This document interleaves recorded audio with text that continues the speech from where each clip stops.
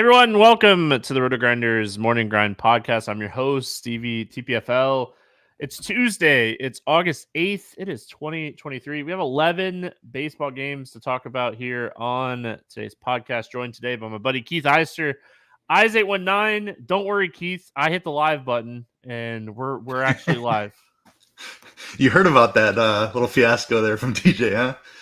Yeah, he told me on Grinders Live today that you guys were like 25 minutes in, and such a rookie mistake. Yeah, it happens. No big deal. All is forgiven. Monday night was just a wild day in MLB. Everybody pitching like Spencer Strider, except Spencer Strider. You had Peralta's got a bunch of Ks. Gavin Williams had 12, I think, and Cole Reagans might be a new pitcher with his arrival in Kansas City. I think we need to dig into his stuff a little bit before his next start. Looks like we might be seeing a different Cole Reagans with his arrival in Kansas City, but lots of big strikeout numbers, just not from the guy we expected on Monday night. Yeah, I mean, I did a dive on Reagans today, this morning, and I mean, everything points to strikeout ability, but wild control. And I feel like you're going to have good starts from time to time when that happens. I did really well with Gavin Williams. I got on him late on Grinders Live when I saw the Toronto lineup was like full of right-handed bats. And I was like, man, this is not necessarily a terrible spot for him. So, I mean, honestly, the night could be really good for me. I don't know. I have some Braves going. I have a lot of Oakland like mini stacks. I have a Texas stack that has Williams, or not Williams. It has Peralta and Sandoval. So, luckily for me, I say lucky. Kevin Roth was talking about how if there wasn't a late start announcement, maybe Strider wasn't the safest play. I faded him, and I mean, listen, I did not expect what happened. I expected some rain in like the third or fourth inning and him to have like 6 or 7 strikeouts. So like that worked out. So we'll see how that works out. But yeah, I mean, Peralta on 3 of my 4 teams I built tonight, he absolutely cruised. You mentioned him. Reagans pitched really well. Williams pitched really well. Both pitchers in this like Texas Oakland game through like 2 or 3 innings have like absolutely crushed. So see, Waldichuk I think has like 4 or 5 strikeouts, and for someone that has his under strikeout prop, not a good start for me. But yeah, I mean, I have a lot of Sandoval, a lot of Texas, a lot of Oakland. So we'll see how the night kind of shapes up here. But man, yeah, glad to be back, and glad to have you back, Keith. And yeah, it's funny. Totally got to mess with TJ a little bit about forgetting to hit record. Listen, I'd be lying to say if I haven't done that. It was a solo pod though, so I didn't feel as bad, and it was like a 5-game slate, and it was a long time ago. So. Sucks. Nothing good about it. All right, let's talk some baseball. We get started here with Houston at Baltimore, 8 total in this game. The Astros, a 136 favorite. Valdez and Rodriguez facing off against each other. What's up, YouTube? I forgot to say hi. What's up, everyone? Brent, Richie, Jeffro, Michael, Brent, Derek. A lot of people hanging out tonight. Valdez against Baltimore. Coming off of a complete game shutout, no hitter, threw only 93 pitches. Like typically when you have a guy coming off a no hitter, we're like, oh man, this guy's coming off 115 pitches. You know, is that going to affect him? He threw a Maddox. And he threw a no hitter. What are your thoughts on Valdez going into Baltimore here?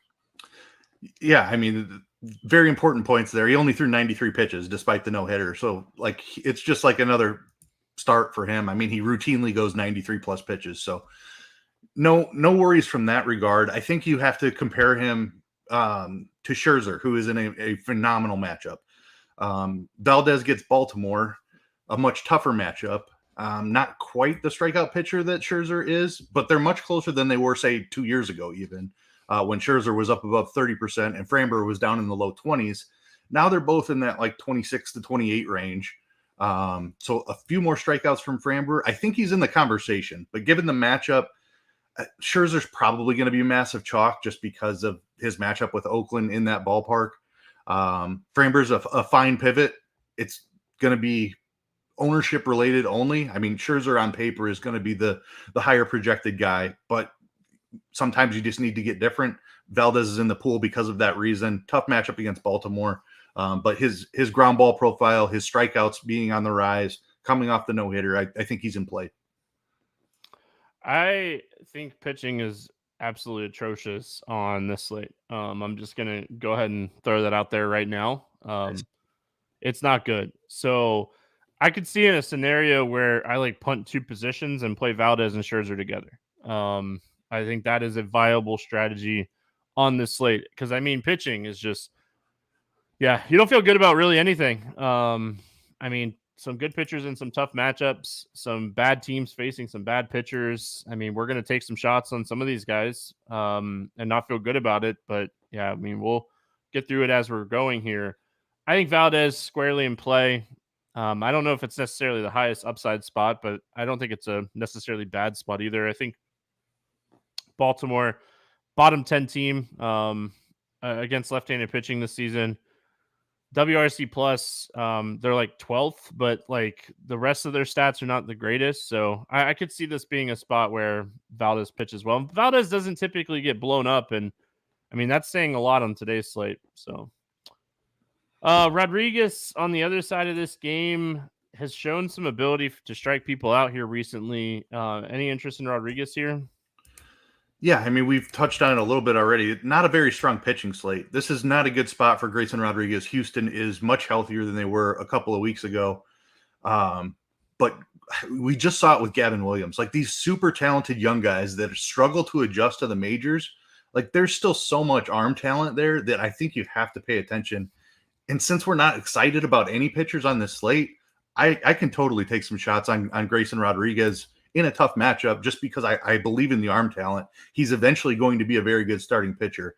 At 6,900, it probably doesn't work out, but just on the off chance that he does, I think he comes with low ownership. Tough matchup against Houston, but definitely a guy I believe in long term. At 2 punt shortstops today. Reyes and Allen, I took both of them out by lock, and they both have homered. Okay. He didn't homer. He doubled. I thought he homered. It looked like it was gonna be. Anyway, Reyes had that grand slam though. That one hurts. Yeah, that one's a little painful. Keith was poking the bear before the show. I think Rodriguez is in play. I don't think he's a great option. Again, I don't think there are a lot of great options on this slate. Maybe I fall in love with something as we're breaking something down, but right now I'm just like I'm very iffy. Just in general on pitching on this slate. Like I can't even get like super excited about playing Scherzer today. I'll talk about it when we get there, but like he's going to be 50-60% owned, and it's so hard to like Max has not been Max, and it's just I don't know, it's tough. Houston bats here, like you mentioned, they're obviously healthier. Alvarez, Tucker, Altuve, they're all back. They're priced up. I think we're going to have some salary today if you're not paying up for pitching. What are your thoughts on the Houston bets? Yeah, I mean, in play, Rodriguez is a clearly talented pitcher, but he has struggled to adjust. His ERA is even over 6 still, I believe. I'll be more on the Rodriguez side, but Houston absolutely in play, particularly like the lefties here. Baltimore plays as a very tough park for right-handed power since they moved the fences back, but Tucker and Alvarez, fantastic options. Probably more of a mini stack for me. I just believe in the talent of Rodriguez. I think he's starting to figure some things out where they fall down the list a little bit. There's some other offenses in really good spots later on in the slate. So more of a mini stack for me, but definitely in play. Yeah, I think that pricing wise, if I'm on Houston's probably a stack outside of Alvarez. I think Jordan Alvarez is a guy you can one off anytime you want. His home run upside is ridiculously high. So I could see one-offing him on any slate. But if I'm playing, like, if I'm getting into, like, playing Tucker and Alvarez and I'm, trying to find maybe a cheap third piece to say, hey, I'll run a little mini stack here. So that's kind of where I'd be at on Houston. And then on the Baltimore side, I mean, Valdez is so good. Like, there's some talented hitters on this Baltimore team. It's an 11-game slate. Valdez is such a huge ground ball guy. I can't get excited about playing any of these Baltimore bats today. Yeah, I can't either. I love chasing home runs with Baltimore against lefties, but Valdez just doesn't give up any home runs. He doesn't give up fly balls in general. So just a tough spot to hunt home runs with. I don't have any interest in Baltimore. All right, moving on. Atlanta at Pittsburgh, 9.5 total. Atlanta 154 favorite here. Chirinos pitching against Keller. Let's talk about Yanni Chirinos. Assuming that he came over. Again, I'm still catching up on trades. I was very, very inactive the last couple weeks. Any interest in Chirinos here? I believe he was actually even a waiver claim. Tampa Bay just cut him loose, needed a roster spot, and Atlanta picked him up with all the injuries that they're dealing with. So I think he was just a waiver claim, but 75 pitches last time out. Yeah. He's really cheap. There's just no strikeout ability here. We just saw Pittsburgh beat up Strider. I mean, I don't think Pittsburgh is that great of an offense. He's really cheap. The pitching slate is weak. I wouldn't call you crazy for wanting to include it. I just have a hard time seeing him find a ceiling game. The leash is not very long. There's no strikeout ability. He he just pitches to contact, generating those ground balls. The control is phenomenal. He can work deep into a game. He can be very efficient, with his limited pitch count. So if we get up to 85 pitches, 6 innings would not surprise me at all. I just don't know if there's enough ceiling there.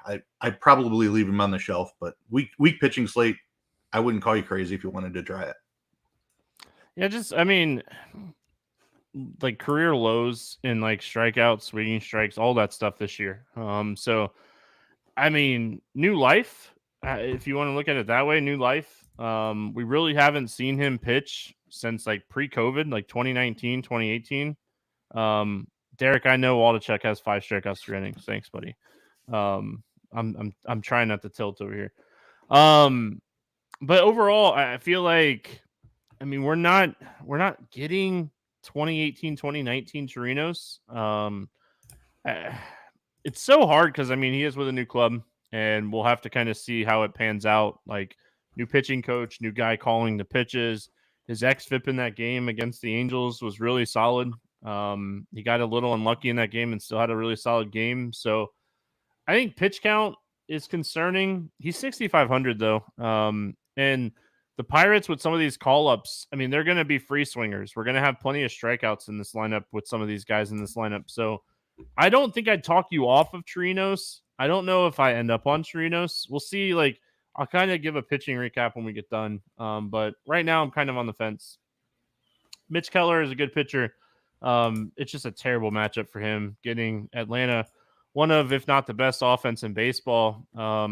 As much as I don't mind playing Keller in certain matchups, I can't touch Keller at his price against this team. Yeah, he's been inconsistent recently too. He got off to a fantastic start this season. He was really good for 3 months there. He's ran into a few hiccups here recently. Again, a guy that I believe in the arm talent, but just no chance I'm paying almost $9,000 for him here against Atlanta. Yeah, let's talk bats. I think as far as the Atlanta bats go, it's a stack spot. I don't see how you can one off. I guess you can. If you want to play Acuna or Riley or Olsen or Albies or Murphy or Ozuna or Harris, or any of these guys. Lineup. Yeah, any of these guys, they're just so expensive. I was messing around for hours trying to make a stack work on Monday's slate. And it's tough because of the pricing, but they just continue to be one of the top offenses in baseball. Yeah, absolutely. Clearly the top offense in baseball. The pricing is making it tough, which is good. That's the way it should be. We shouldn't just be able to stack up Atlanta and then play Scherzer. That should not be an option. And it's not, which is a good thing. So you kind of have to make a choice. It is a massive ballpark downgrade going from Atlanta to Pittsburgh. Keller, I respect as a pitcher, but he has been vulnerable to getting hit around a little bit here recently. So very much in play. I don't love the pricing. I do think that paying down for pitching is viable on this slate because Scherzer's going to be such chalk. I'm not sure what Valdez's upside is against Baltimore. I think you can save some money at pitcher, and therefore that puts Atlanta squarely in play. They could break any slate that they're on, regardless of what ballpark they're in or which pitcher they're facing. So definitely want some exposure. Don't think that they're a top 2 or 3 stack for me on this slate, just because Keller is pretty good, but they're absolutely in play and absolutely have some of the highest upside out there. Yeah, I mean, if you can make it work, I think their ownership would be down because Keller and their pricing. So, any interest in the Pittsburgh side of this game? I really don't. They are cheap. I will say that. Chirino is a control ground ball guy, which is not where I'm trying to find somebody to. That's not the pitcher profile I'm trying to stack against. It's a really good ballpark for hitting or for pitching rather. Pittsburgh just doesn't have much talent on this offense. If you want to take some shots at Reynolds or Sawinski, even McCutchen, like I don't even hate that 3-man. There's just not a ton of talent outside of that. Some really young guys. Rodriguez is still cheap at catcher. Henry Davis is 2,700, but definitely not a full stack. I don't see the upside for them to be a 5-man stack that wins the slate. So it would be value 3-man for me. I mean, so Swazinski's a fly ball guy, and Andy Rodriguez in a very, very small sample size has been hitting the ball up in the air a lot too. So, I think that is interesting in the aspect of like trying to chase a home run or two. That maybe Reynolds is a 3-man, but I'm not going out of my way to play Pittsburgh bats in this ballpark. So, if I end up on like Andy Rodriguez at catcher and want some upside, he hits the ball hard. And since Swazinski just continues to, I mean, I think his barrel rate's like 20% against right-handed pitching this season, and he hits the ball in the air a lot. Ground ball guy, generates more line drives. So I don't mind playing Swazinski. Kansas City at Boston. Taking on my Red Sox here. This game has a 10 total. The Red Sox, a 185 favorite. Crawford and Singer facing off against each other. Brady Singer has been pitching fantastic recently. Any interest in him going up against the Red Sox?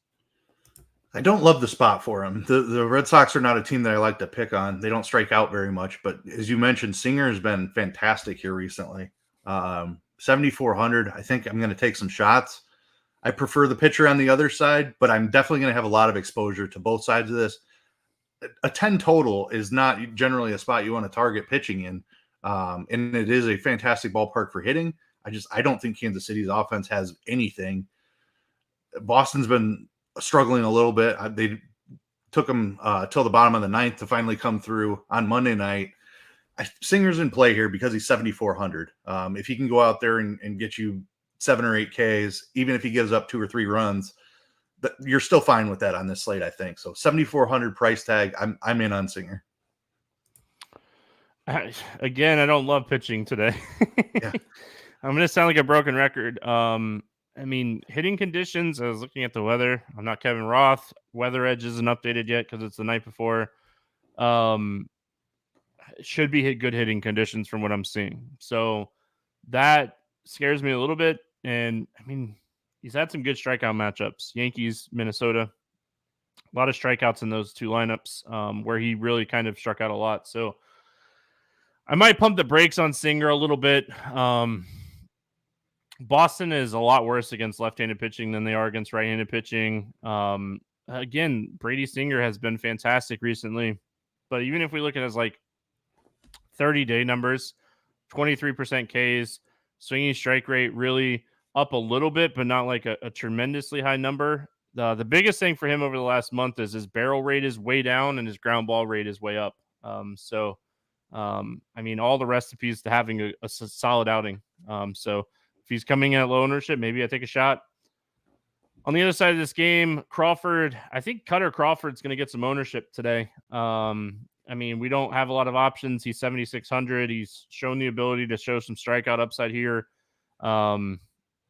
Yeah, I mean, I'm a little timid after playing a lot of Bayo on Monday's slate, but 7,600 for a guy facing a Royals team without potentially Perez, I mean, definitely could do worse.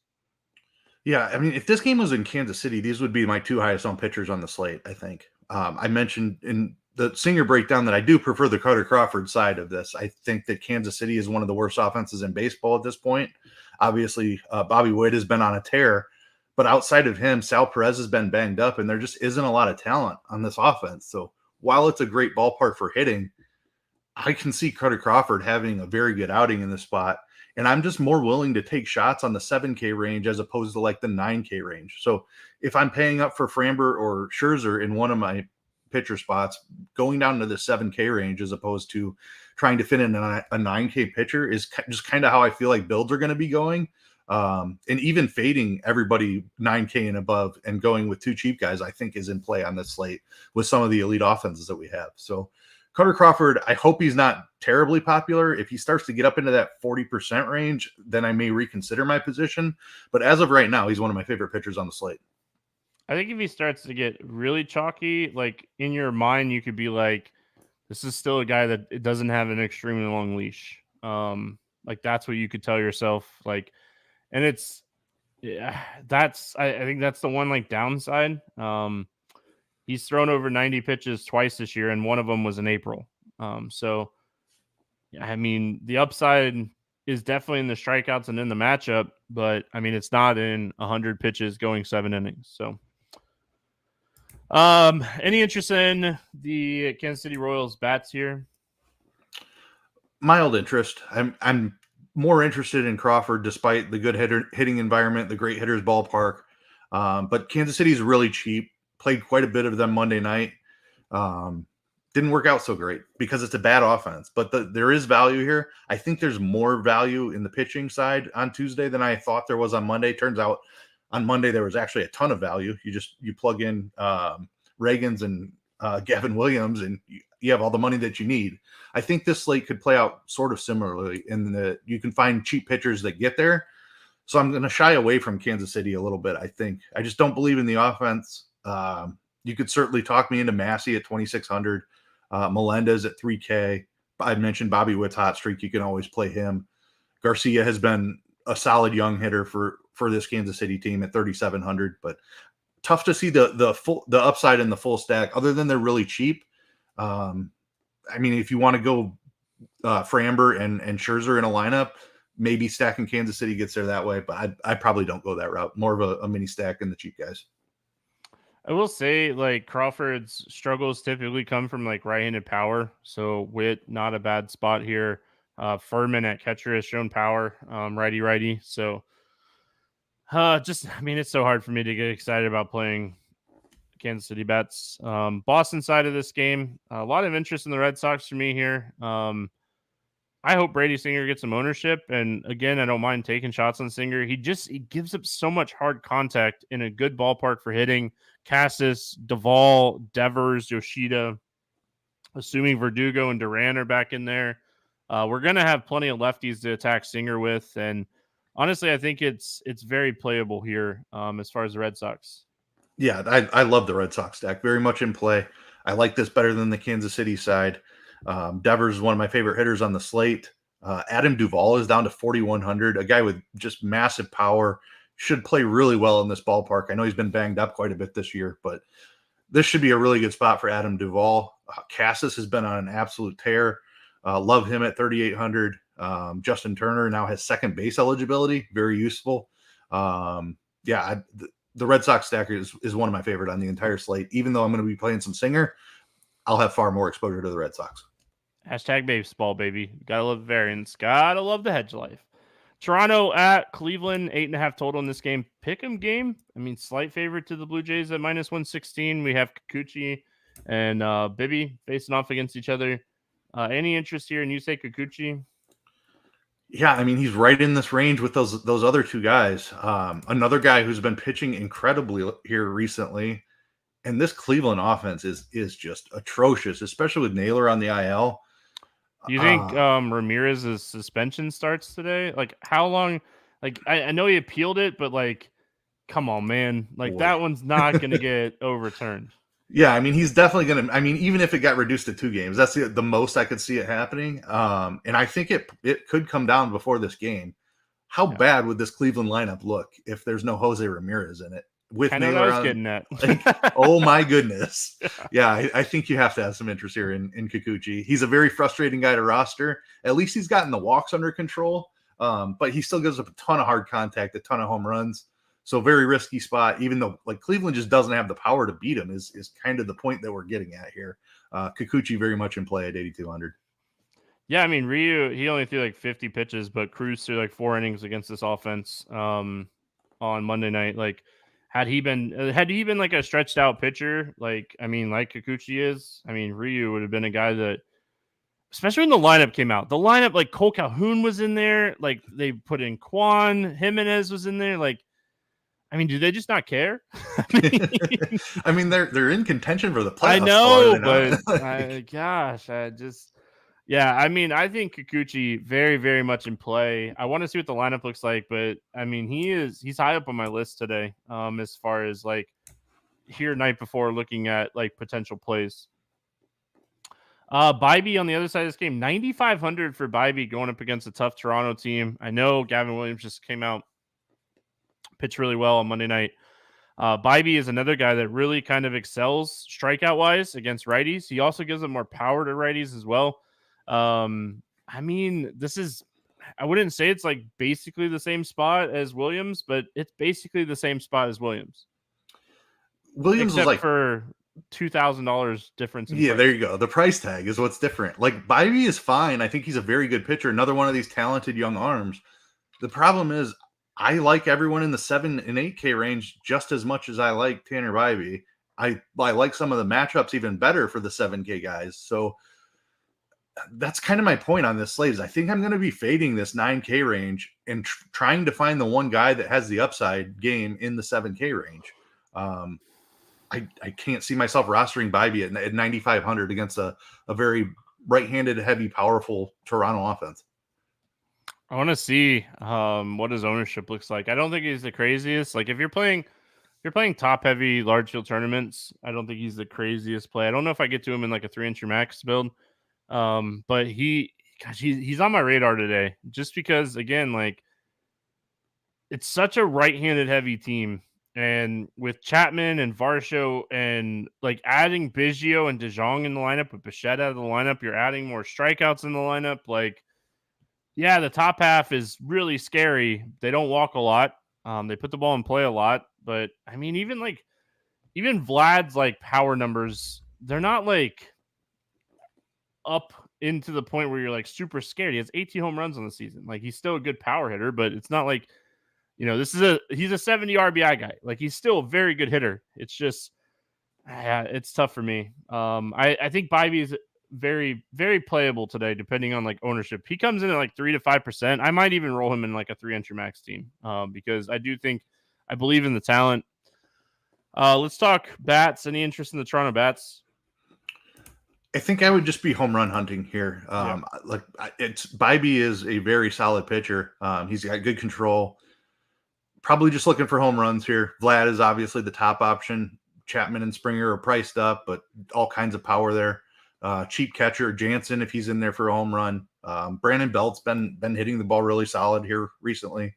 You've got the young kid Schneider led off on Monday night. If you see him up in the leadoff spot again, I wouldn't hate that, but probably not a stack for me because I do believe in the talent of Bybee, but I could see him giving up a home run or two. Home run chasing, like I said, Bybee is a guy that gives up more power to righties. His ISO is like 265 to righties over the last 30 days, 185 on the season. So, I mean, any of these guys, Vlad, Springer, Chapman, Schneider, like if you want to chase some power here, I don't hate it. Cleveland side, I got nothing, man. Especially like if Ramirez gets suspended and like that all comes down, like who are you playing? Like this lineup is bad. Yeah, I mean, I would say you can always chase home runs against Kikuchi, but who on this team is going to hit a home run? Like David Fry not in the lineup on Monday night was pretty tilting. I thought he was a great value option. So he's the one guy I would say 2,500 catcher eligibility. I really like David Fry in this spot. It's pretty barren outside of that. Oscar Gonzalez, maybe another name I can throw out there, but there's just no power throughout this lineup outside of Fry against lefties has been pretty good. Yeah, I mean, maybe it chase a stolen base like a Miles Straw. But yeah, I'm not getting excited about playing Cleveland today. Chicago Cubs, New York Mets is where we go next. 9.5 total in this one. Cubbies a 135 favorite. Taillon and Carrasco facing off against each other. Jameson Taillon 6,700 pitching in Citi Field. Any interest here in Taillon? He's been better recently too. It's been a brutal season for Taillon. His last two have been pretty solid. Strikeouts are starting to come back a little bit. Still struggling with walks way more than we are accustomed to Tyon. Like Tyon last year, and even 2 years ago, had one of the best walk rates in all of baseball. Just has not had that same control this season. He's 7.4%. It's still not a bad walk rate.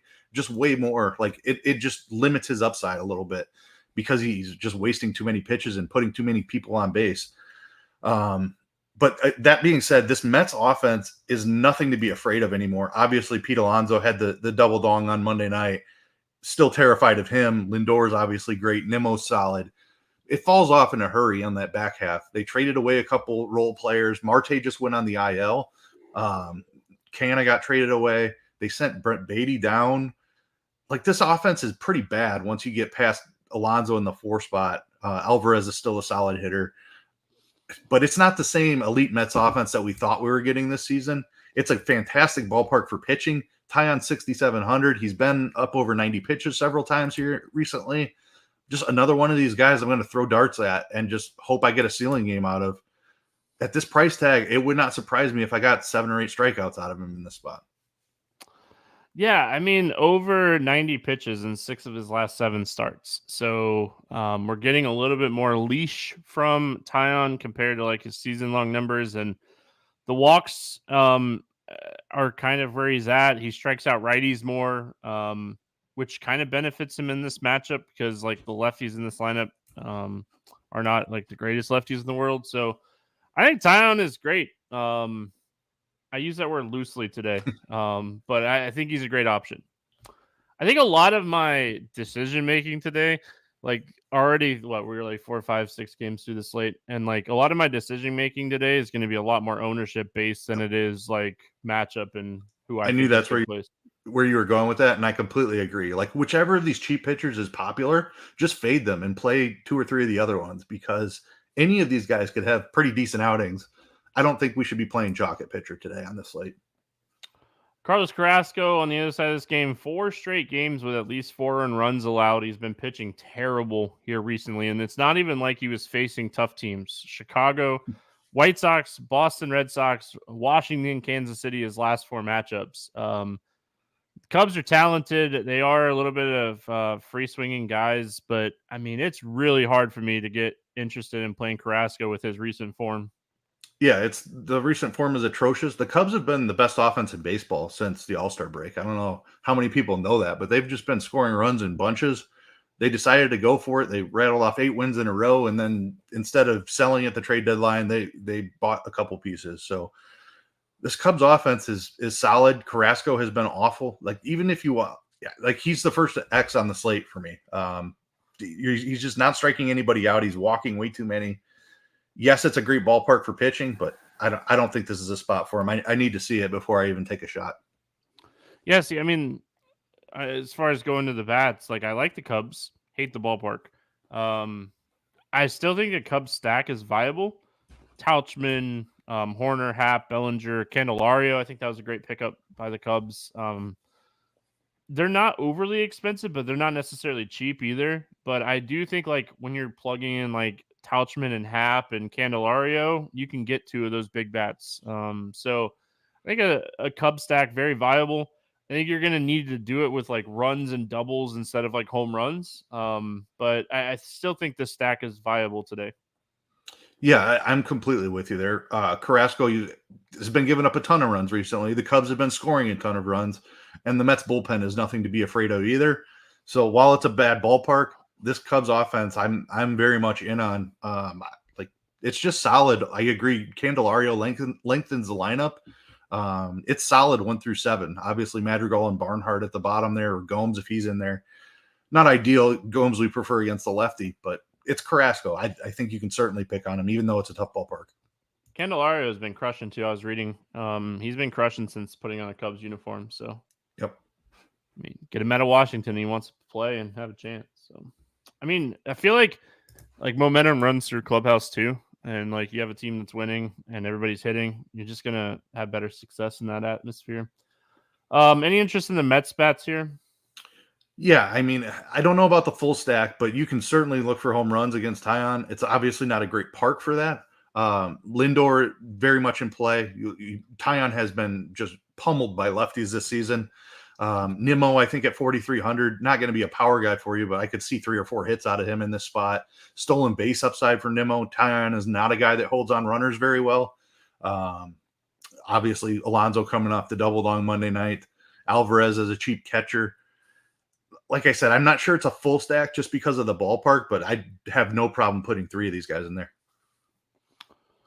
All right, Colorado at Milwaukee. We got Freeland and Wade Miley facing off against each other. Yep, we're playing baseball. 8.5 total. Wade Miley is a 215 favorite, or shall I say the Brewers are 215 favorite. Kyle Freeland, I mean, even on this slate, I don't think you mentioned Carrasco being your first X. I think Freeland's right there next to him. Yeah, I agree with you there. He has these weird home splits where he actually pitches better in Coors Field. I've never been able to figure out Kyle Freeland when he has good games. I don't have any of that. So good for him. I don't think that this is a spot where he's going to go out there and kill me. He just doesn't have the strikeout upside. Like, could he go 6 innings and get 6 strikeouts and pay off a $6K price tag? Sure, he could, but I think there are, I don't know, eight guys I would play ahead of him. I agree. Freeland's right there, but next to Carrasco as the next button for me. May was the last time he scored more than 15 fantasy points in an outing. So yeah, if we're setting the standard at 15, tough road for Kyle Freeland. Pitch to contact guy. Yeah, just no interest in me.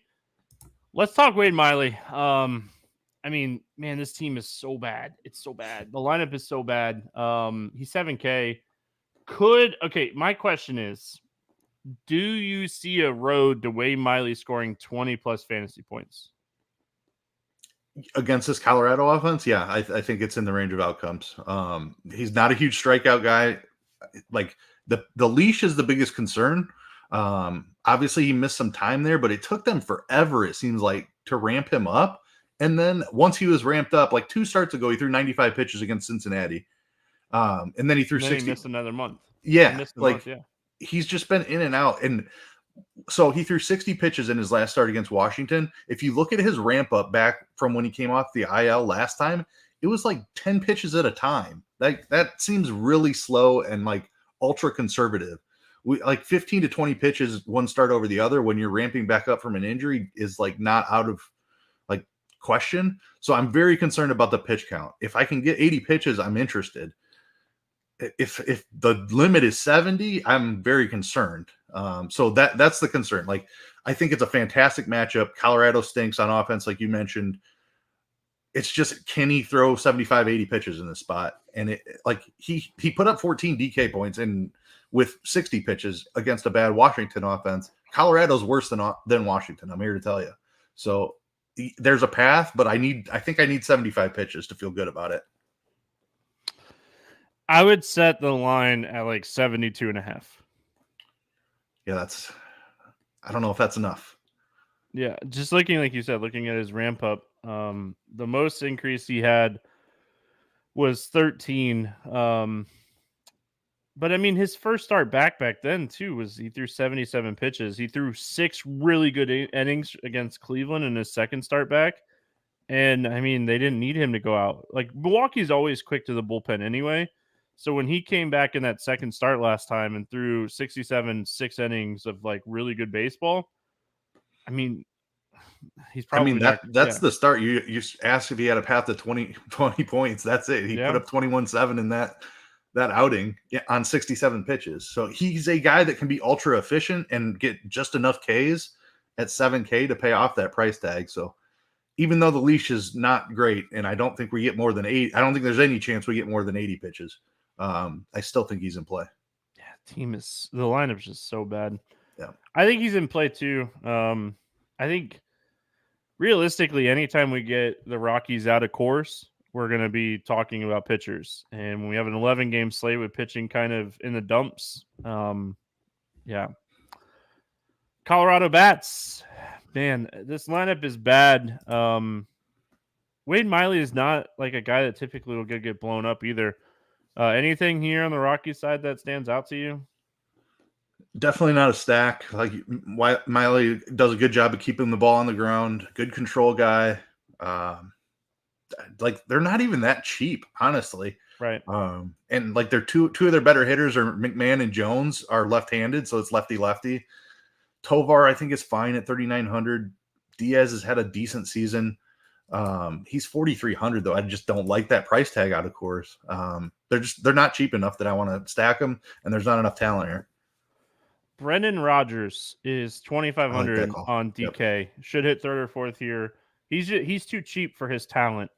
He's one of the better like hitters overall in this lineup. So Rodgers, I think, like as a one-off is fine. Maybe Doyle. He showed a little bit of power against left-handed pitching earlier in the year. I'm not excited, but I say like Rodgers, second base is usually a position we look to save money anyway. So I could see myself ending up on Rodgers quite a bit, really. Maybe one or two teams on a 3-entry max build. Milwaukee. I have a lot of interest in the Milwaukee side of this game. We talked about it yesterday, how like Milwaukee stack was very playable. It's just going to be ugly. They had a really good game. So another one of those spots. It might not look pretty, but I mean, Mark Canha gives you some right-handed depth here. Monasterio, Contreras, like this is definitely a cheaper like secondary stack that we can look at here on this one. Like if Monasterio's in there, he's 2,300, and this guy has some pop. Yeah, I don't mind it because they're so cheap. William Contreras has crushed lefties in his career. He's 4,800, but worth paying up for. Adames has been a little better again. He's been a little reverse splitsy in his career, but still totally fine. Freeland's not a guy who's going to strike anyone out, so there should be tons of contact here. Everyone else outside of Yelich, Contreras, Adames is a value play, so very much in play. Brian Anderson, a guy I've played a bunch against lefties this year. He's 2,800. Love your Monasterio call. Weimer's a guy with big power at 2,200. Like, yeah, there's risk here because they strike out a bunch, but Freeland's not a guy that's going to go out and rack up a ton of strikeouts. So I think you hunt the cheap power here, pair that with a Contreras and an Adames, and the full stack makes a ton of sense here. Monasterio too, like is a guy that can get you a stolen base. Like he has some wheels, so if he's able to get on base here against a low strikeout Freeland, like he gives you some upside on like the stolen base side of things. So want to see what the lineup is going to look like. But yeah, I have definitely interested in this team today. I think it's a really interesting stack, and again, it's going to look ugly, but they're cheap. So if you want to get in like a Scherzer, Bybee type of team and just say, hey, maybe the cheap pitchers kind of stink, Milwaukee's a stack that makes that, somewhat viable, and you're not giving up a ton of upside. All right, Yankees and White Sox cruising along here, 9 total in this game. Yankees a 150 favorite. We got Toussaint and Schmidt facing off against each other here. Any interest here in Clark Schmidt? Is he 7K facing a bad offense? That's like the theme of the slate. This guy has been like let down central though. Even before I left, I remember him being like let down central. Yeah, I agree. He's had a couple of decent outings, but for the most part, I think he's been a little bit disappointing. Like he was getting talked up a ton in spring training, thanks to a cutter that he's added, but just hasn't quite put it together this season. But I mean, who on this White Sox team are we afraid of? We talked about that potential Jose Ramirez suspension. Obviously, Tim Anderson has one looming as well. I know he hasn't been good for the White Sox, but I mean, theoretically, he's still one of their better hitters. Like, I wouldn't be surprised if any guy from like 6,500 to 8,500 goes out and puts up 20 DK points. And I think I'm just going to mix and match them based on ownership. I have no idea where Schmidt's ownership is going to fall on, but he's in play if he's lower owned is where I'll leave that at. I'm not scared of this White Sox offense. Anderson got hit by a pitch on Monday night and left the game too. So for what it's worth, like they might just withdraw God, why can't think of the word? Yeah, appeal. Couldn't think of the word. So they might just like withdraw the appeal and just be like, hey, he's going to miss a couple games anyway. I'll just serve it. So,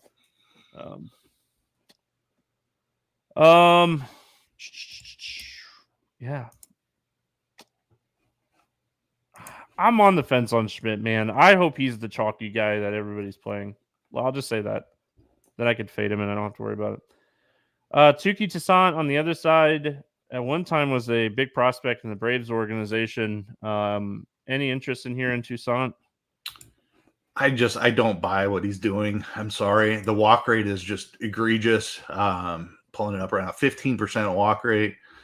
I think there's talent in there, just not enough. And he just a lot of times doesn't know where it's going.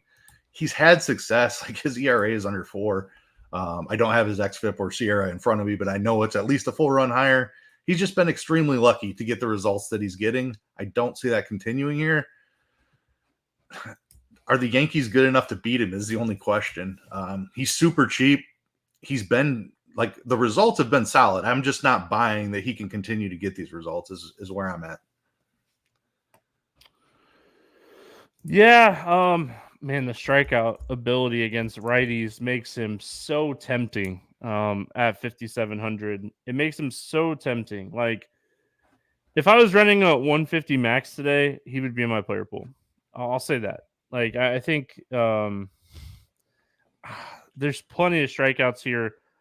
This is a guy I'm probably going to end up stacking against for what it's worth. I'm not going to just say like, hey, I'm maybe taking some shots on him. Definitely going to stack the Yankees a little bit today, but his ability to strike out right-handed hitters, I mean, this has been the thing. Like this is a guy that was at one time a huge prospect that just never really kind of panned out. I mean, gosh, he's 5,700, Keith. He is really cheap. I had to look it up. 479 xFIP, 518 Sierra. Like the underlying metrics are not great. Could he beat this Yankees team? I think he could. So he's a ground ball guy though too, right? So like his numbers are going to be a little like he throws a cutter and he generates ground balls with a cutter / like curveball. So like his numbers would be a little out of whack, but yeah, definitely getting a little lucky. But I mean, this is a guy 2020, 2019, like he has big strikeout stuff.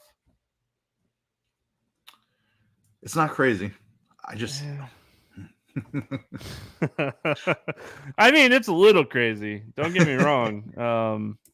It's a little crazy. I'm not sitting here saying it's not a little crazy, but I mean, at one time he was a top 10 prospect for the Braves. Cutter, sinker, like fastball combination, curveball combination. He has the stuff to be successful. It's just the command has always been the issue.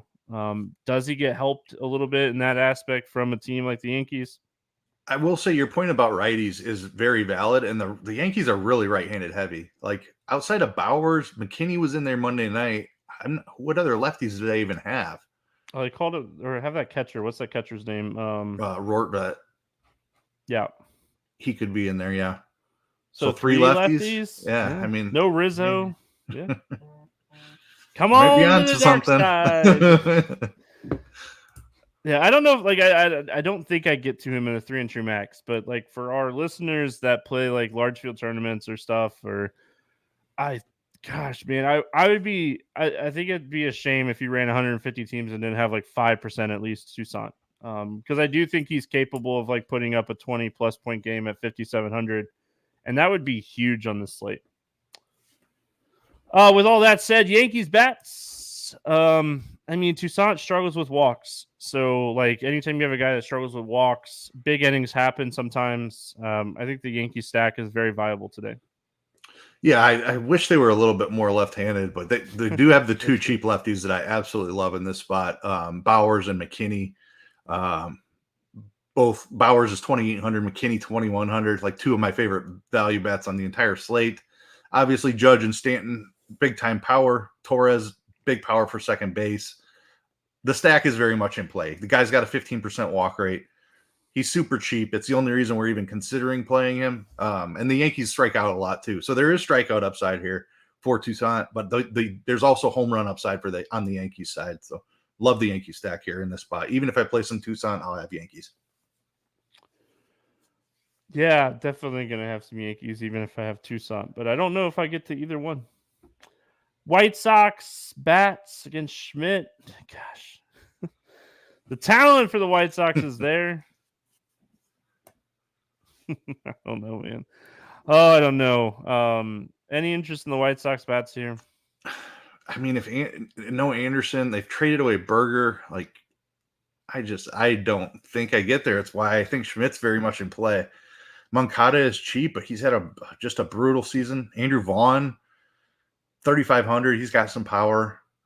I mean, do I really want to pay up for Robert when there's nobody? Like, if I'm Clark Schmidt, why wouldn't I just walk Robert a couple of times? I don't think I get to the White Sox stack. I think if you play White Sox, it'd be like a little 3-man. Robert, Jimenez, or like Vaughn or Moncada. Jimenez is so cheap. Like, he's under 4K. He has upside. He's a guy that definitely has home run upside. So I could see maybe a little mini stack here. But again, like, even if Schmidt gets in trouble, you're facing such a tough bullpen that it's so hard to like get excited about stacking against the Yankees. Yeah. Derek in chat says Cease walked 7 and somehow didn't give up a run. He didn't give up a hit either. So that was part of it. But yeah, I had a decent amount of Cease. He is such a tilting guy. I think it's a never again situation for me on Dylan Cease, at least not this year. He walked 7 guys and didn't give up a hit. Correct. Yep. He was dreaming about his disc golf course he's building. It's sick. I might go out of my way to play it. He had like 6 strikeouts too. What did he score fantasy points wise? I didn't play any C's today. I had some. Let me check here. I think he was like 14 or so. I mean, more than Strider. Moving on. San Francisco at LA taking on the Angels. Cease had 23. Sorry to cut you off. 23 points. That? Yeah, nothing, I guess. Yeah.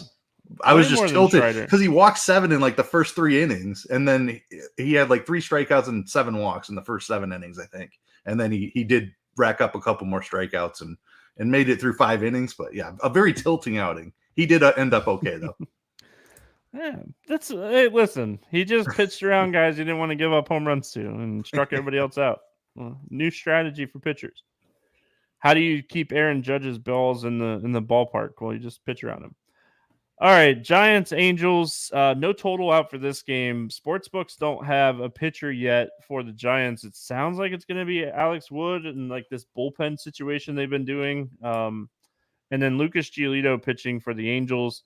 I'm not touching the Giants pitching situation in this game. I'll just go out and say that on an 11-game slate, we have plenty of options. I'll play Touki Toussaint before I touch a Giants pitcher. Yeah, I agree with everything you just said. I wouldn't be surprised if we get an opener here for the Giants and then Alex Wood for 60 pitches behind him. And I'm just no thanks. Yeah, not on this slate. There's enough guys that have upside that like are going to pitch, 5-6 innings that like I think you just take the shot. Lucas Giolito, Angels talked about it yesterday. I think it was the right move if you're, on a business side of things. Any interest in Giolito here going up against the Giants? I cannot pay 9,900 for him. I mean, could it burn me? Yes. He has strikeout upside. The Giants strike out a ton. It seems like the Angels are going to be careful with him. Like he was regularly up over 100 pitches with the White Sox. It seems like the Angels have pulled back a little on that. 87 is last time out. So maybe he's back up into that 100 range. Just feel like the Angels are going to be far more cautious with him than the White Sox were. 9,900 on a slate that I feel like every pitcher in the 7K range that we've talked about has as much upside. I don't feel the need to spend up on anybody but really Scherzer or Framber on the slate. So like I said, that this 9K range is not my favorite on the slate. I want to see what the lineup looks like. I know they're like a very platoon heavy lineup. I don't hate Giolito, but the price kind of stinks. But I mean, we've talked about so many cheap plays that like you make perfect sense when you're like, hey, why am I playing this guy when I have a 7K guy the similar upside? When Giolito's on, he can put up 30 plus. I mean, it's tough. I think he's okay. But again, like we're about to talk about Max Scherzer going into Oakland for $900 more. So probably going there if I had to choose. Giants bats. Jock Peterson, 4,400, I think is a fair price tag if you want to chase like a home run. It's kind of it for me. I don't really want to pick on Giolito. It would be like chasing a home run or two here. That's really all I'm looking at on the Giants. Yeah, kind of the same. I don't like stacking the Giants ever because they have all the pinch hit risk. Wilmer Flores, if he's in there, like Giolito gives up just as much power to the right side of the plate. Flores is cheap, would be the cheaper home run I'm looking for. Like the Jock call. Probably not a stack for me though. Patrick Sandoval has done fantastic. Can we yank him? I don't even need him to come back out. I am very happy where I'm at. Just call it a day. He's going to come back out and he's going to get rocked. Just call it a day, baby. Angels bats here. It's like one of those opener situations where we're going to have to take guys that are good against lefties, righties, bullpen. I mean, I hate these type of situation when it comes to hitters, and it's not like these guys are like extremely cheap. You know, Tani's 67, Moniak's 52, Dury's 51. Like, these guys are priced up for a bullpen game, and yeah, I mean, bullpen games can easily work out, but I mean, I hate paying these prices when you're stacking a bullpen game. Yeah, I think you nailed my thoughts exactly there. It's the pricing is not right to attack the spot. Probably get the opener, whether it's a 1 or 2 inning guy, who knows? But do you stack the guys that you want to play against Wood? It's a tough situation. It's why the openers become popular. Yeah, I'm out at these prices. I agree with you. Yeah, I think what you would potentially do here is like take shots on maybe like a Renfroe under 4K and hope he gets like 2 at bats against Wood, or like a Grichuk at 4,200, Crone at 4,600, like cheaper Angels that like have upside against both sides of the plate. But I'm not excited to play Angels today. I hate bullpen games. All right, Texas at Oakland, 8 total. Rangers a 245 favorite here. Scherzer and Sears facing off against each other. Max Scherzer, 10-8. It's a great matchup. Oakland is a very high strikeout team. The lineup's not great. They've been one of the worst teams in baseball all year. Hey, they're up to 24th in WRC plus, but they still strike out 25% of the time, which is still the highest rate in baseball. Like, any interest here in, I guess there's third highest behind Minnesota and Seattle. My bad. Any interest in Scherzer here? It's going to be ownership, and I think it's going to be an underweight stance. Anything can happen. We just saw it happen to Spencer Strider on Monday night. Looked like a fantastic play against a weak Pittsburgh lineup. And he gave up 6 runs. Like, it's baseball. Anything can happen. If Scherzer is over 50% owned, I feel like I'm just going to go way underweight on that. We have talked about a ton of pitchers on this slate. None of them are great, but I could see several of them paying off their price tag. I could see several of them doing absolutely nothing also. But I feel like if Scherzer is going to be massive chalk, which I'm pretty confident he will be, you take a slightly underweight stance, go overweight on some of those pitchers that we've talked about that are much cheaper. You hope to find the ceiling game from the one guy that you played double the field or whatever. And that's the way to win the slate. And then you can pay up for whatever bats that you want. It's obviously a fantastic spot. Scherzer is a fantastic pitcher still. Is he what he once was? Probably not. Strikeout rate's down a little bit into the 28% range, but it is a fantastic matchup in a fantastic ballpark against a bad offense. So on paper, fantastic spot, but it's all about ownership and how high that gets on. If he comes in at 35%, sure, I take an overweight stance probably, but I think he's going to be significantly higher than that, and I'm going to end up a little bit underweight. Yeah, I think he's the best pitcher on the slate. What does that mean today? Yep. I mean, that's just kind of where I'm at. I think it's a great spot. Sears on the other side. I mean, gosh, Waldichuk doing his thing here. I have such a good team going that has a Texas stack, and I just need him to do something. Gosh. Anyway, any interest in Sears here at 7,300? It's the same play as Waldichuk, right? Like, they're very similar pitchers. Same matchup. This Texas offense is a little bit watered down with Heim and Jung both on the IL. I just think it's a wildly different slate. I played a little Waldichuk on Monday night, but it's because there were really no other value options that I liked. On this slate, we've talked about half a dozen to a dozen pitchers in the exact same price range that I have as much or more interest in. So he's probably way down the list for me, ahead of only guys like Freeland and Carrasco. I'd put him ahead of Toussaint.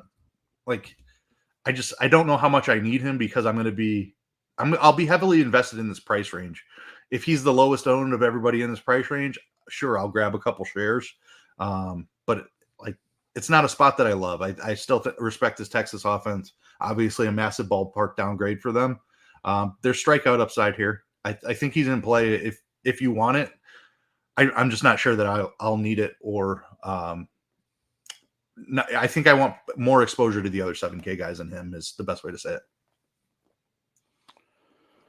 Hey, chat, I need to know, has anybody tried Snoop Dogg's Dr. Bombay ice cream? Is it any good? My wife's asking me if it's any good. I've never tried it.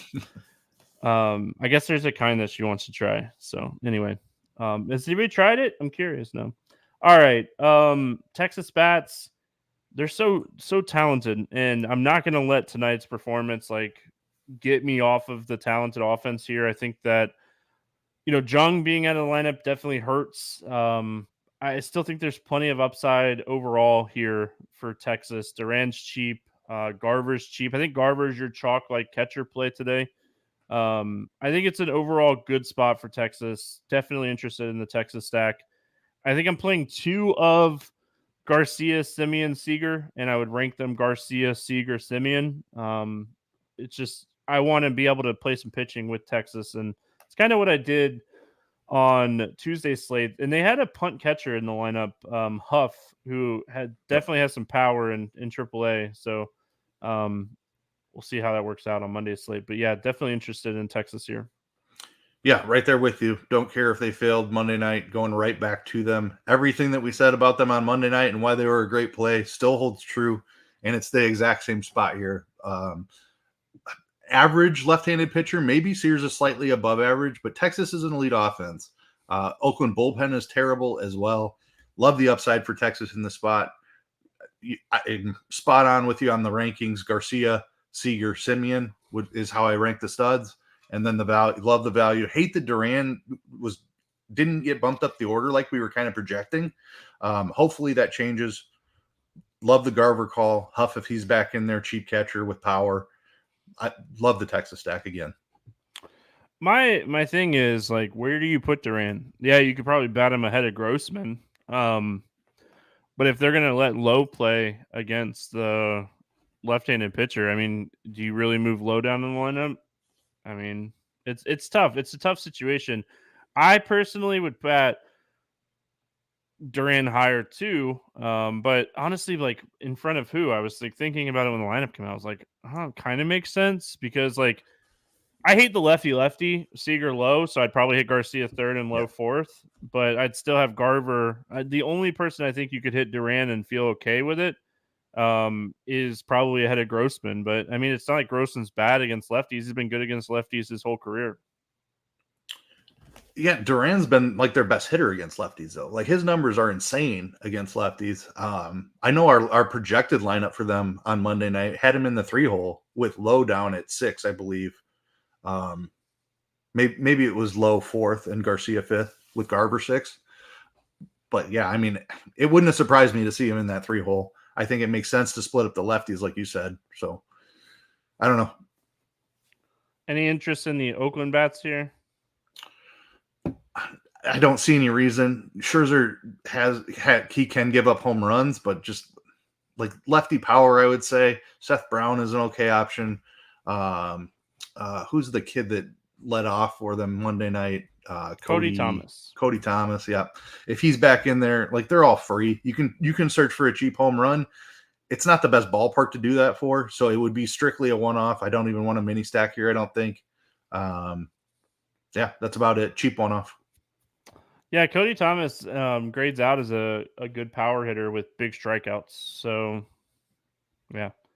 I on Grinders Live today, I compared him to a Joey Gallo with less power. Yeah.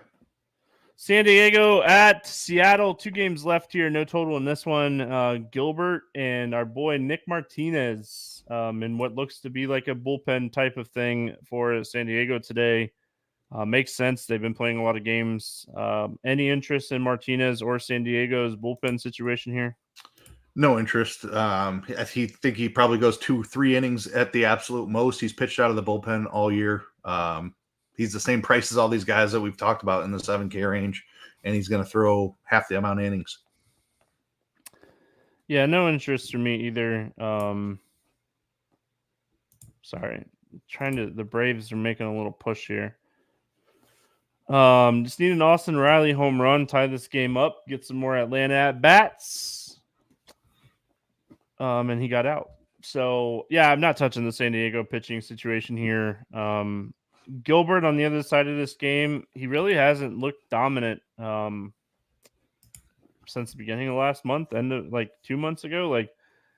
I mean, San Diego is a good team, and I don't mind taking shots against the San Diego bats, but I mean, this lineup right now, like Tatis, Soto, Machado, Xander Bogaerts, Cronenworth, there's not a lot of strikeout upside in this lineup right now. So I think this is a spot I put Gilbert on the shelf.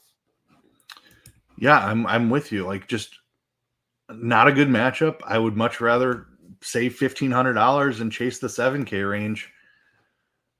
If his form were better, I would be more than happy to play him. I think that he is a very talented pitcher. He has a long leash. This was a guy who was regularly over 100 pitches last year. They've pulled back on him a little bit this year, but he's still constantly in that 95 range. He was over 100 his last time. I don't think I can do it against San Diego at this price. Yeah, I can't do it today. This might be one of those spots I even look on his under out situation or under strikeout situation, depending on what his line comes in at. San Diego bats. I mean, I definitely respect the talent for Gilbert. I just don't like the upside. Is there any interest in playing San Diego bats against him today? No interest for me. They're priced up. I will say they're pretty right-handed heavy, which is a plus for Gilbert. Yeah, no, I don't have any interest in stacking against him. He's got outstanding control. He's going to limit the damage enough where I don't see them paying off these price tags, even if they get him for a couple of runs. Seattle bats. I mean, another bullpen situation. The biggest difference is this team is a lot cheaper overall. Any interest in Seattle here? Again, the bullpen situation is really tough. If we get some more information on who might come in as a piggyback for Martinez, and I'm sure it'll be out there somewhere on Twitter throughout the day. But obviously they're going to go Martinez for probably 2 or 3 innings. And then who comes in behind him? Julio is obviously in play. I think you can play Cal Raleigh against anybody as well. Suarez is and Teoscar is big time power guys. No matter if it's lefty, righty, I have some interest. I don't know about a full stack. I think it's maybe a mini, I don't know. I'm not in love with this spot for Seattle just because of the bullpen nature of it. Yeah, maybe like a France, Teoscar, Suarez stack. Teoscar Hernandez, 3,600. He hits both right-handed and left-handed pitching well. He's been hitting a lot better recently. Suarez under 4K. France is 3,100. They all should hit at top of the order. So maybe just searching for a 3-man that's cheap. That makes some sense here. Would make sense, but we'll see what the situation looks like here. All right, we got LA at Arizona. 9 total in this game. Dodgers a 150 favorite. We got Urias against Fat. Any interest here in Urias? Can't do it. Just strikeouts are way down. He did have a good outing his last time, but this matchup against Arizona, I just don't like to play pitchers in DFS against Arizona. They don't strike out. They are pesky on the bases. They steal a ton. Just a very frustrating outing for a pitcher. Urias has not been in great form. Finally had a decent outing, but it was Oakland. Now he gets this tough Arizona pesky team. 9,100. I'm not interested in the form, in Urias at his recent form. Yeah, recent form, tough matchup. He is a guy that's capable of putting up 25 plus. So if he's not getting ownership today, maybe we look at it. But I'm not super excited about playing him. Brandon Pfaadt on the other side of this game, he's actually been pitching pretty decent recently. It's just a really tough matchup against the Dodgers. Like, they are just stacked from top to bottom. It's one of the toughest lineups in baseball to face. Yeah, I mean, I can't play right-handed pitching against this team. Yeah, I mean, I'm taking shots on all kinds of cheap guys today. I don't think Pfaadt's going to make the cut. It's not that much different of a matchup that Grayson Rodriguez is facing. He's a little bit cheaper than Rodriguez, so not crazy, but like, it's the Dodgers, and I don't think I need to go there. I'd much rather take chances on the lesser pitchers that are in much better matchups. Cutter Crawford against Kansas City, even Miley against Colorado, like Schmidt against the White Sox. Like, I think I'm going to live in that range where the cheap pitchers in good matchups and try to find the ceiling that way. Too much needs to go right here, and a lot can go wrong for Pfaadt. I will say, like, if Marte is not in the lineup for the Arizona Diamondbacks here, maybe it bumps up a little bit for Urias. Well, I'll have to kind of see what this lineup looks like, because maybe he gets lower ownership because it's late game and people are not paying attention to the lineup. So we'll see. I don't think anybody's playing him on this. Yeah, I think that this might be one of those tournament spots that I look at in the morning and talk myself into it by 4 p.m. tomorrow. Happens all the time, and it works out maybe 1 out of 5 times. It's just in the back of your head it's a terrible idea, and you're like, I'm gonna do it. Dodgers bats. That was me with Cease today, and it sort of worked out, but he definitely wasn't Freddie Peralta. Dodgers bats, I mean, late night hammer, they're expensive. If you're going to cheaper pitchers, they're very playable in that aspect. I mean, this is a team that's capable of putting up big games. I like the Dodgers stack today. I don't think they'll get a lot of ownership, especially being a later game. Yeah, I mean, Pfaadt is a really talented pitcher, but he's struggled to adjust to the majors. The Dodgers are one of the best offenses in baseball. They're up there in price with Atlanta. I think people go to Atlanta before they do to the Dodgers. Very much in play. Got to pay for it, but I'm going to have some money today. Depending on Scherzer's ownership, if I change throughout the day and decide to go overweight on Scherzer, maybe I don't get to as much Dodgers, but right now as we're recording, I feel like I'm going to go a lot of cheap pitching on this slate, so I'll have some exposure to the Dodgers for sure. Yeah, chat. Derek says Freddie's hot. Well, I mean, so is Mookie. So is everybody on this team. It's Dodger time of the year, man. It's definitely Dodger time of the year. Any interest in the Arizona bats here?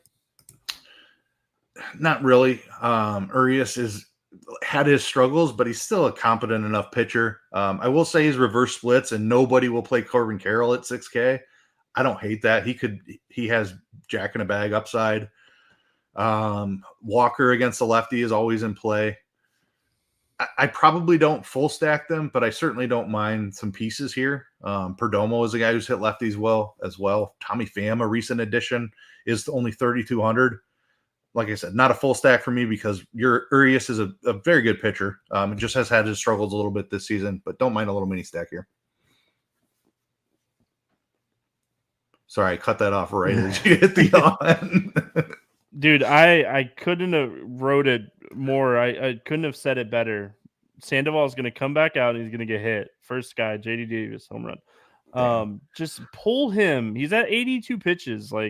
He threw 6 really good innings, just like Yankees. Gosh, so tilting. Anyway, let's play the morning grind game so I can go watch the rest of this Angel or Oakland game where Texas is not hitting.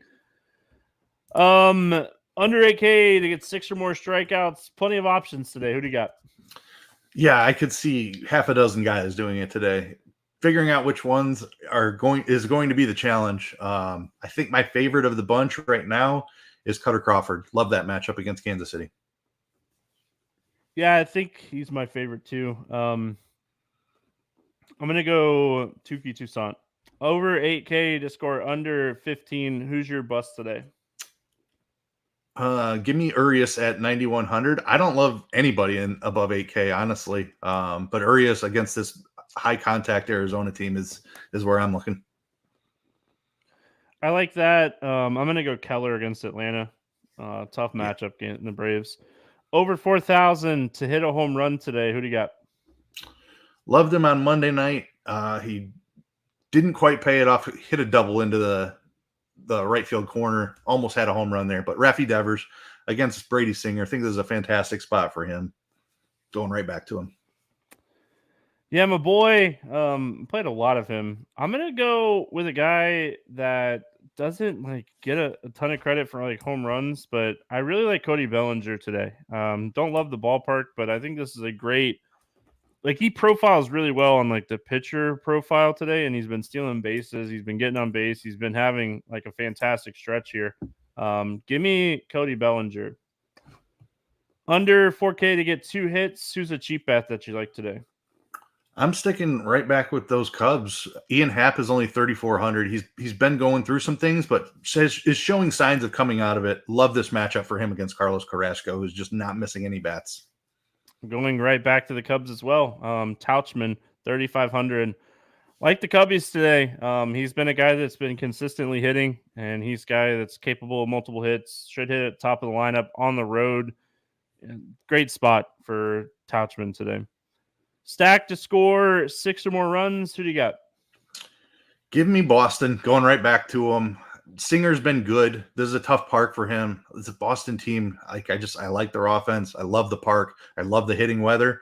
I'm going to play some Singer, but I think Boston has a good chance to get to him as well. Give me the Doyas. Give me the Dodgers. Like it a lot. Late night hammer type spot.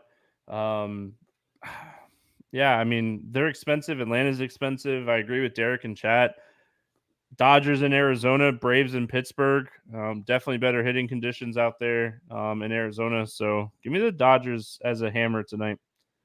Keith, any final thoughts before we get out of here? This is going to be a wild one. I cannot wait to see where ownership breaks down because I think it's going to dictate a lot of my decisions here. I'm comfortable with a Scherzer fade if he comes in too high. I'm also comfortable having a disgusting amount of exposure to some pitchers we don't generally play in the 7K range because I'm not in love with the 8 and 9K pitchers on the slate. It's an interesting slate. Ownership matters.